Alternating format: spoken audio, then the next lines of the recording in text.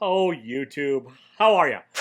Welcome back to my channel. I am Taylor. This is my weekly trade paperback-ish review thingy, where I review things that are sort of trade paperbacks, whatever. I just review collected editions and or graphic novels and or whatever the heck I feel like, because only about 20 people watch these videos, and I'm just doing it because I want to, and it's what I like, and every once in a while I give away things. I'm not giving this one away, so if that's what you're watching for, see ya! Okay, now that there's like 4 of you left, I am going to review Volume 1 of X-Men Grand Design by Ed Piskor.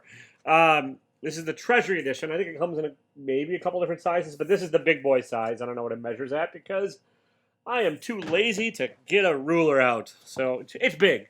It's bigger than the standard comic. This, just for reference, is a standard comic. So, you know, it's big, and it benefits from the bigness, bigosity, largeness, huge. All right, I'm gonna back up and try and stop rambling quite as much. No promises.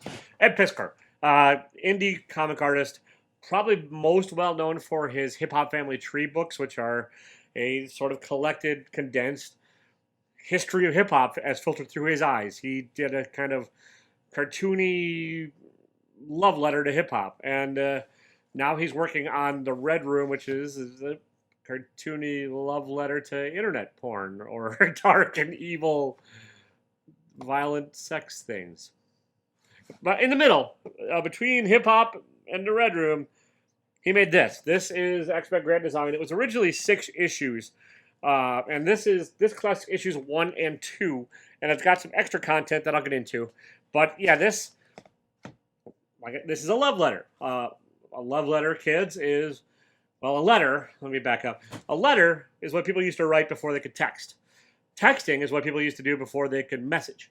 Messaging is what people used to do before they could just TikTok and, you know, whatever. And TikTok is probably now dead because I know what TikTok is. And if I know what TikTok is, it has jumped the shark. And I'm not going to go into what jumping the shark is because then I'll just keep recycling this and repeating this bit for like 45 minutes. And it's not that funny. So, yeah, anyways.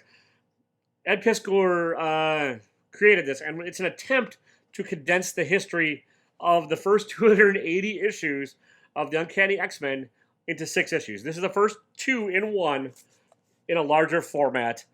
He drew it, he colored it, he inked it, and I'm pretty sure he lettered it. So he did everything, and he used a lot of halftones and zip tones and like old school creation methods, and it kind of purposely looks aged. Although the paper, I'm pretty sure, is white, and like a bright white, and then he aged the rest of the page because otherwise it's spot white on pages, and I think that gets prohibitively, it gets expensive. But there's white on almost every page, and it really pops because he made the pages look old on purpose, and it doesn't have the old smell, though, so you're missing that. But anyway, yeah, his style artistically is fairly cartoony, which it's a comic book, I get that. But, like, he exaggerates the faces and the head size so that it's larger than, and the hands. So it's almost Kirby-esque in the proportions, like very large hands, very large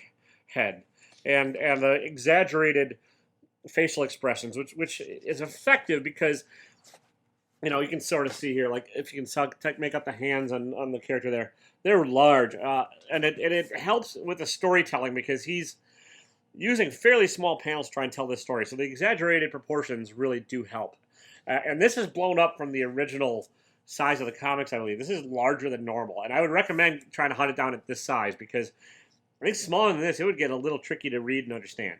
That said, in this size, he's a very effective storyteller. His panel transitions are pretty simple. He doesn't really break the panel border a whole lot other than the TV trope, you know, broadcasting trope and stuff and that kind of stuff. But it's gridded out pretty straightforwardly and broken up in pretty straightforward way. He doesn't really ever go crazy on it, and I think for this type of book, it really helps.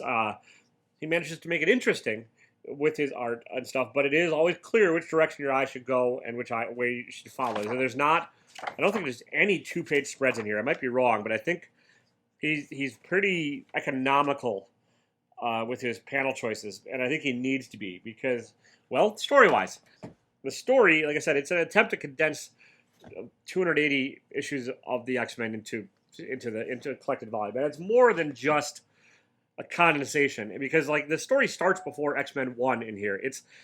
He's adding in and attempting to reconcile all these retcons and changes that different writers and artists have made through the years, and I think he had to sort of pick and choose because I'm sure there's conflicting information and stuff, and just the amount of research that would have had to go into this book is Herculean, and it's a Herculean, and the results are pretty great.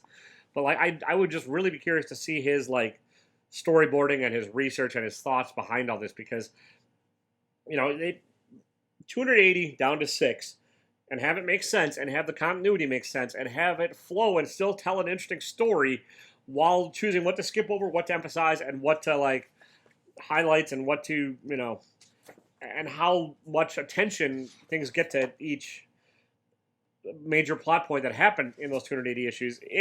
I couldn't imagine even trying to begin to figure this one out, but he does a pretty good job of it.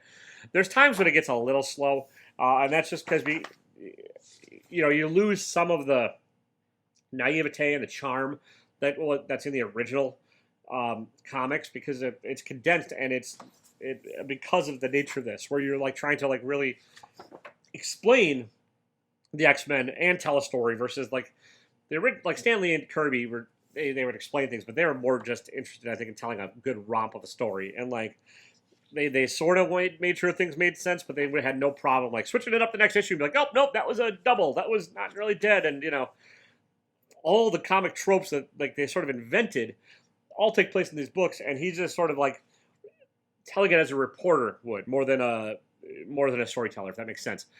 It's still a fun read, and it's a great resource, and that's why I'm not giving it away because like I know at some point I've read a lot of the old X-Men because they were all collected in Classic X-Men, and I read a lot of those. Speaking of the additional things that were in here, there is a reprint of X-Men #1 at the back of this, recolored by Ed, and it's pretty great because like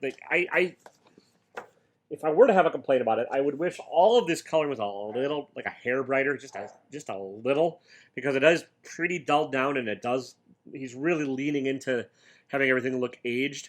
But that said, I will take this faux aged look over the super bright recoloring of the reprints and facsimiles that I've seen any day, because this tugs at the nostalgia and this heartstrings, and this really. Like, if you're longing for the days of, like, Silver Age goodness in a new volume and want an explanation of how the X-Men sort of came to be through the height of Claremont's run, like, from the beginning, from Jack Kirby and Stan Lee all the way through Claremont, this is for you. I don't know what...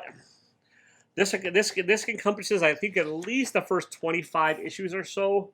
I'm not entirely sure where the ending point is in here.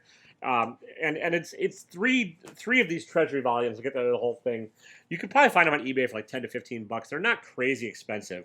I don't know if they're still in print. I don't know if you could find them at your comic shop or your LCS, but I know you can find them used fairly easily. And I would say they're worth picking up. If you have any interest in the X-Men or the history of comics or like just an admiration for the attempt of what Ed's trying to do, I'd say get it.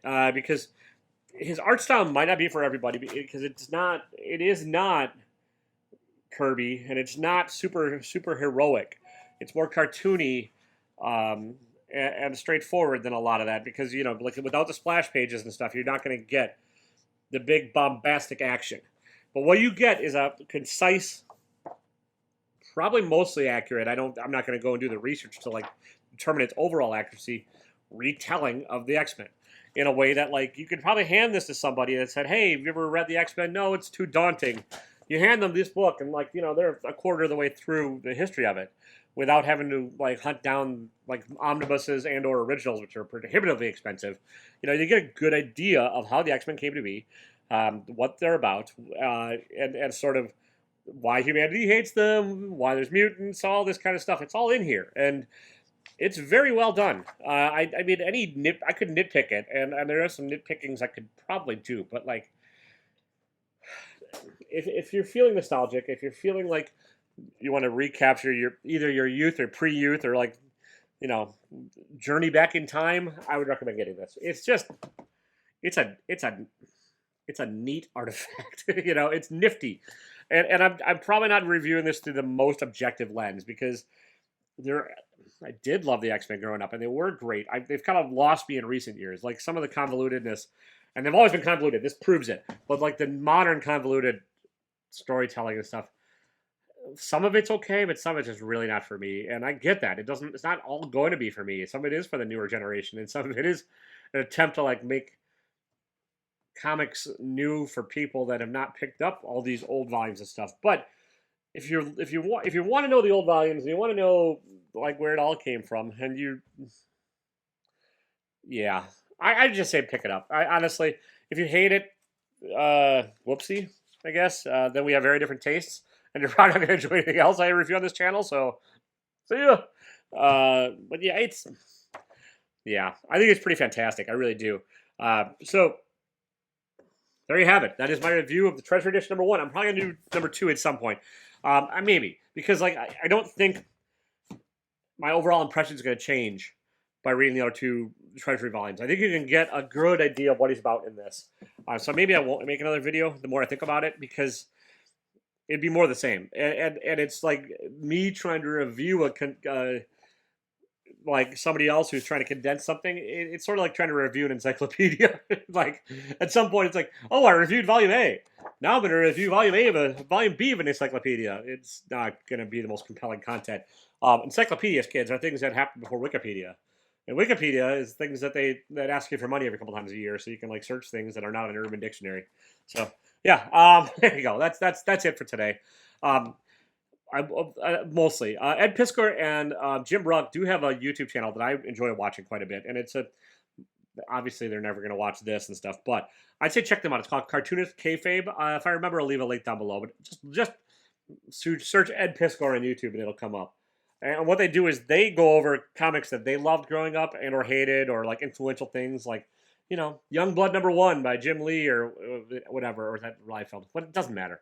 Or whatever. They sit and they tear apart an issue, and it's great watching two artists go through a book and really dissect like it, and like Ed especially gets into like the nuts and bolts and like machinery of making comics, and Jim goes. They both do, but like Ed really tends to dive into it, and it's kind of fascinating. At least I think so. So that's what I've got.